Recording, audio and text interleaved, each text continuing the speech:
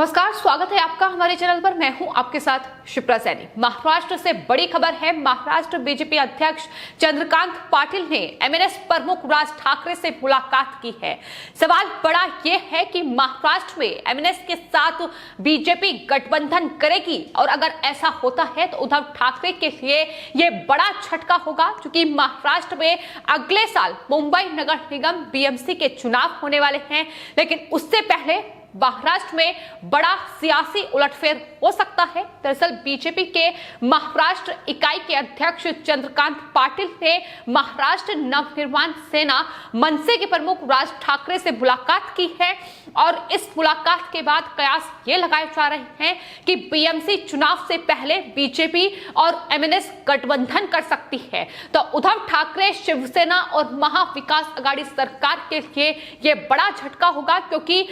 BMC चुनाव, जो कि महाराष्ट्र में विधानसभा चुनाव से कम नहीं है, इस तरीके की तैयारियां ही वहां इन चुनावों के लिए होती हैं। और शिवसेना का कब्जा पिछले 25 सालों से बीएमसी पर रहा है, लेकिन इस बार शिवसेना की राह बेहद मुश्किल नजर आ रही है, और उसमें अब सेंध लगाने का काम बीजेपी बखूबी तरीके से करती दिखाई पड़ रही है। जिस तरीके से अब एमएनएस प्रमुख राज ठाकरे से बीजेपी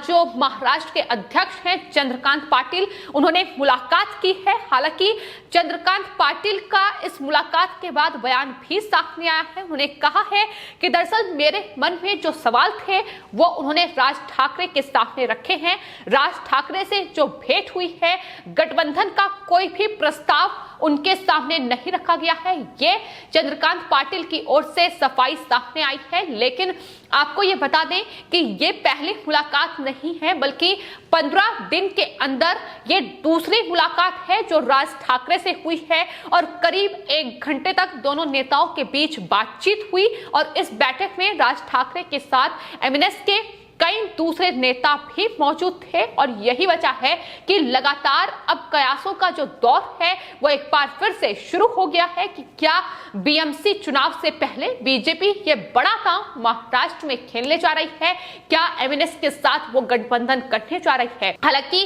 बीएमसी चुनाव को लेकर लगातार जो सियासी उठापटक है वो महाराष्ट्र में पहले ही देखने को मिल चुकी है, जहां शिवसेना ये कह रही है कि वो महाराष्ट्र में अकेले बीएमसी का चुनाव तो वहीं एनसीपी का यह कहना है कि दरअसल वो शिवसेना के साथ मिलकर चुनाव लड़ेगी। वहीं कांग्रेस पार्टी ने खुद को पूरी तरीके से अब इस गठबंधन से अलग कर लिया है। बीएमसी और आने वाले वक्त में जो भी चुनाव महाराष्ट्र या देश में होंगे वो शिवसेना और एनसीपी के साथ नहीं होंगे। ये कांग्रेस पार्टी का बयान पहले ही आ चुका है। तो महाराष्ट्र में महाविकास आघाड़ी सरकार वैसे ही मुसीबत में फंसी हुई है। शिवसेना पर अब कहीं ना कहीं जो सियासी राह है शिवसेना की वो लगातार मुश्किल हो रही है, क्योंकि जिस तरीके से शिवसेना ने एनसीपी और कांग्रेस के साथ गठबंधन कर अपनी जो सोच है वो बदली है, पार्टी की जो विचारधारा है वो बदली है, और यही वजह है कि ये खामियाजा जो है वो शिवसेना को आने वाले वक्त में बीएमसी के चुनावों में भुगतना पड़ सकता है। दरअसल बीजेपी और मनसे के गठबंधन की जो अटकलें हैं वो इसलिए भी तेज हो रही हैं, क्योंकि 2022 में जब महाविकास आघाड़ी सरकार ने गठबंधन किया, ये गठन हुआ इसका, तो उसके तुरंत बाद जिस तरीके से शिवसेना ने पार्टी की विचारधारा को बदला है, और शिवसेना कहीं ना कहीं हिंदुत्व की जो छवि शिवसेना की थी उससे अब शिवसेना दूर होती जा रही है, और इसकी आलोचना मनसे प्रमुख राज ठाकरे कई बार कर चुके हैं। और उसके बाद अब ये माना जा रहा है कि वो बीजेपी का रुख कर सकते हैं। हालांकि बीजेपी ने यह साफ तौर पर कहा है कि राज ठाकरे को उत्तर भारतीयों के प्रति अपना स्टैंड बदलना होगा, यानी कहीं ना कहीं जो अटकलें हैं वो सच साबित आने वाले वक्त में हो सकती है कि अगर कुछ मुद्दों को लेकर मतभेद हैं, अगर कुछ मुद्दों को लेकर राय एक नहीं है, तो आने वाले वक्त में उन्हें सुलझाया जा सकता है। और शायद यही वजह मानी जा रही है कि यह मुलाकात हुई है। 1 घंटे तक करीब अलग अलग राजनीतिक मुद्दों को लेकर यह मुलाकात बीजेपी अध्यक्ष जो है महाराष्ट्र के चंद्रकांत पाटिल और मनसे प्रमुख राज ठाकरे के बीच चली है। हालांकि इस मुलाकात के बाद चंद्रकांत पाटिल मीडिया से भी मुखातिब हुए और जिस तरीके के कयास अटकलें लगातार लगाई जा रही थी उस पर उन्होंने कहा कि दरअसल राज ठाकरे से उनकी मुलाकात जरूर हुई है।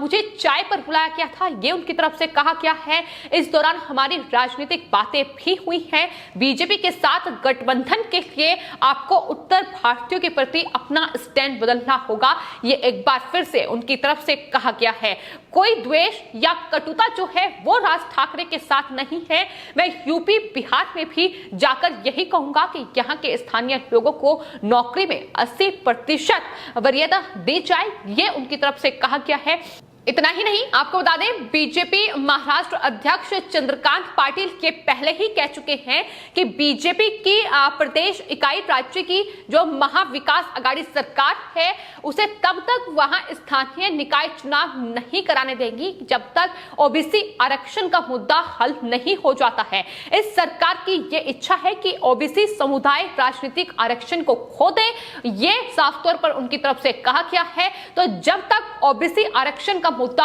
हल नहीं होगा तब तक बीएमसी के चुनाव बीजेपी नहीं होने देगी, ये उनकी तरफ से कहा गया है। तो महाराष्ट्र में अब कहीं ना कहीं चुनावों के मद्देनजर सियासी उठापटक तेज हो चुकी है और अगर बीजेपी मनसे के साथ गठबंधन करती है तो उद्धव ठाकरे शिवसेना के लिए बड़ा झटका होगा, क्योंकि शिवसेना के जो मराठी वोटर्स हैं कहीं ना कहीं उसका बड़ा वोट बीजेपी हासिल कर सकती है और यही वजह है कि यह गठबंधन अगर होता है तो उद्धव ठाकरे और शिवसेना के लिए बड़ा झटका होगा और 25 साल का जो बीएमसी प्रशासन है वो शिवसेना आने वाले वक्त में गवा सकती है। पहले ही जिस तरीके से भ्रष्टाचार घोटाले किए हैं, जिस तरीके से वहां लगातार अलग अलग मुद्दे सामने आए हैं, उसको लेकर महाराष्ट्र की जनता की नाराजगी जो है वो शिवसेना झेल रही है। जिस तरीके से शिवसेना ने अपनी छवि को बदला है, जिस तरीके से अपनी विचारधारा को बदला है, उसको लेकर गुस्सा कहीं ना कहीं जो मराठी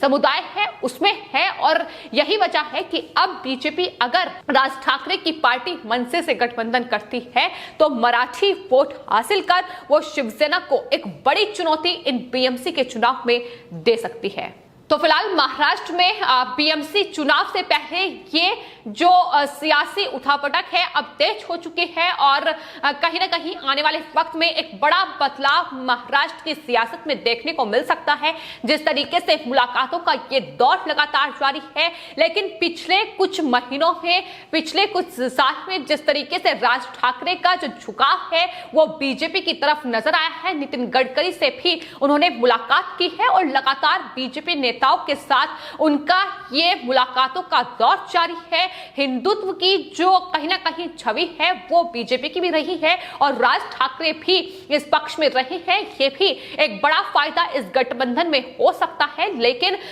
फिलहाल कयासों का दौर चल रहा है। लेकिन आने वाले वक्त में क्या ये गठबंधन होगा, ये सबसे बड़ा सवाल बना हुआ है और अगर ये गठबंधन होता है तो महाविकास अघाड़ी सरकार और शिवसेना के लिए बड़ा झटका होगा, क्योंकि पिछली बार जो बीएमसी के चुनाव हुए थे उसमें करारी जो टक्कर है वो शिवसेना को बीजेपी की ओर से दी गई थी। महज 2 सीटें ज्यादा शिवसेना ने हासिल की थी, लेकिन अब एक बार फिर से बीएमसी के चुनाव हैं जो कि महाराष्ट्र के लिए और मुंबई के लिए बेहद महत्वपूर्ण चुनाव, लेकिन महाराष्ट्र की सत्ता में बने रहने के लिए भी अपने आप में ये बेहद महत्वपूर्ण चुनाव है, जिसके लिए तैयारियों का दौर शुरू हो चुका है महाराष्ट्र में और फिलहाल ये मुलाकातों का दौर भी जारी है। भले ही चंद्रकांत पाटिल ये कह रहे हो कि गठबंधन का कोई प्रस्ताव नहीं रखा गया है, लेकिन आने वाले वक्त में जिस तरीके की मुलाकातें चल रही हैं, जिस तरीके की राजनीतिक बातचीत चल रही है अलग अलग मुद्दों को लेकर,